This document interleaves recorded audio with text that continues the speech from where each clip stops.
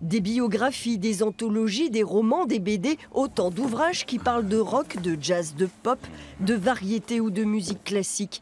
Des livres qui ont désormais leur salon. Le 26 mai prochain est invité une vingtaine d'auteurs, souvent spécialistes dans le domaine musical. Pour ce libraire, il y a de quoi faire.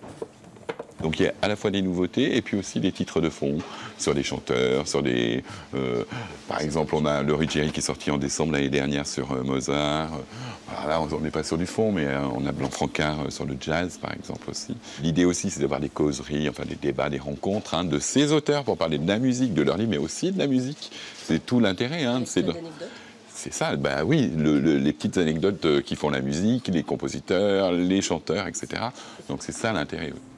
Des échanges autour de Barbara, par exemple, avec la commissaire d'exposition qui signe ce catalogue de documents souvent inédits exposés à la Cité de la musique à Paris en début d'année.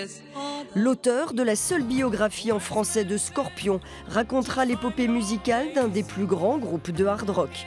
La musique traditionnelle sera également représentée avec ce livre sur Alan Stivell.